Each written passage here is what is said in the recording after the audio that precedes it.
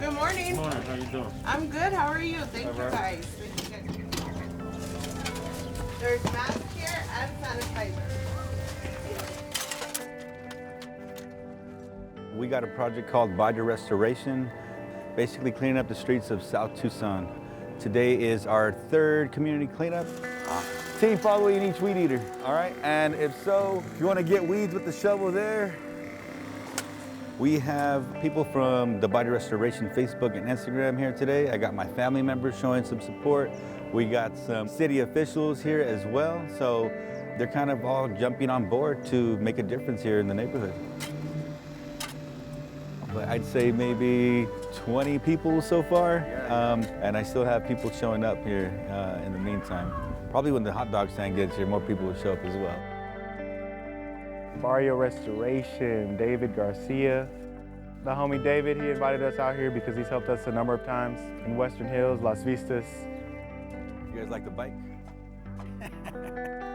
My name's KP, and I'm an organizer. I work in food security right now, but I'm also working in just anti-gentrification work and, you know, taking care of our spaces.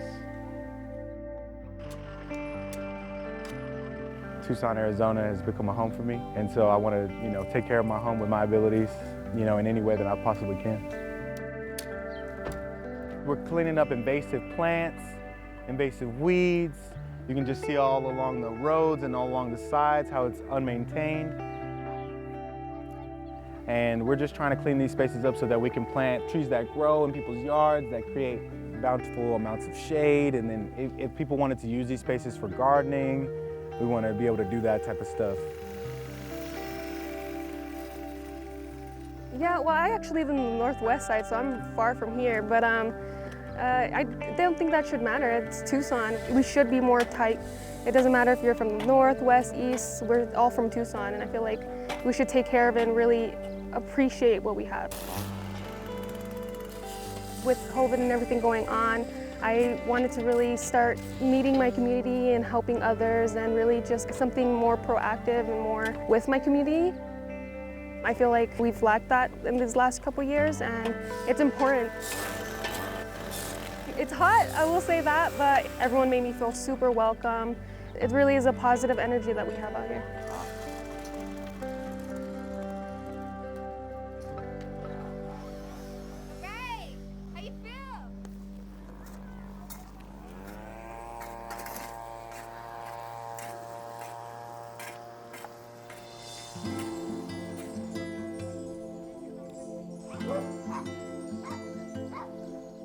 Well, there's Tucson, and then you have South Tucson, all right?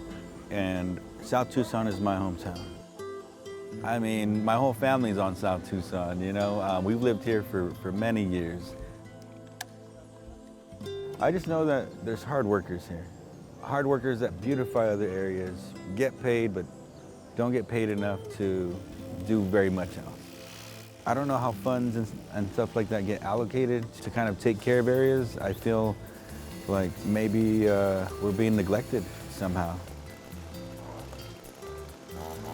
We have pride in here. There's so much culture, but we got to show that in our streets too. And if we do that, we can represent our neighborhood a little bit better, and all you need is a shovel, and you create respect at the same time. You got to be the spark in the neighborhood to get that going. We got Sonoran dogs, we have YOPOS hot dog stand. Their hot dogs are feeding our community, but they're also supporting Barrio Restoration and the neighborhood. The food isn't just for our volunteers. I mean, I hope that we can get some of the people in the area to come out and eat too, just to kind of get to know what we're doing.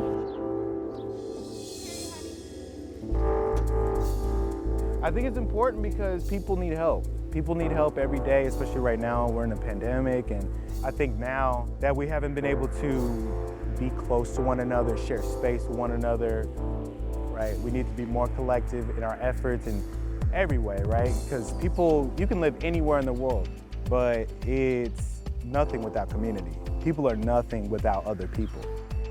And it could be a community of any kind, right? As long as you have it, people are a lot happier, a lot more sustaining. And I think if people are well-intentioned and they aren't trying to be a part of gentrifying areas and things like that, it's definitely always welcomed.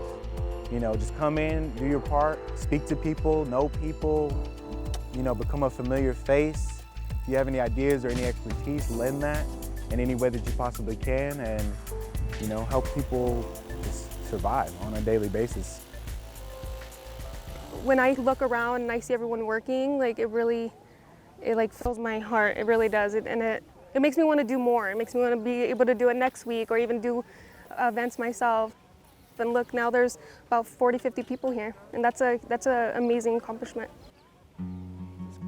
It's the world that we're trying to change, and I feel like it starts by one step at a time, and this is one small step to something that can be bigger in the future.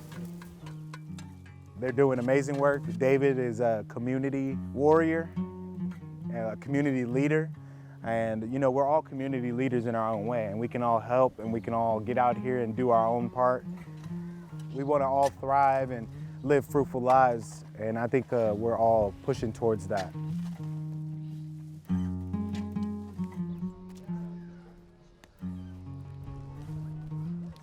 I've been landscaping for the majority of my life. My grandfather took me on my first cleanup when I was 7 years old.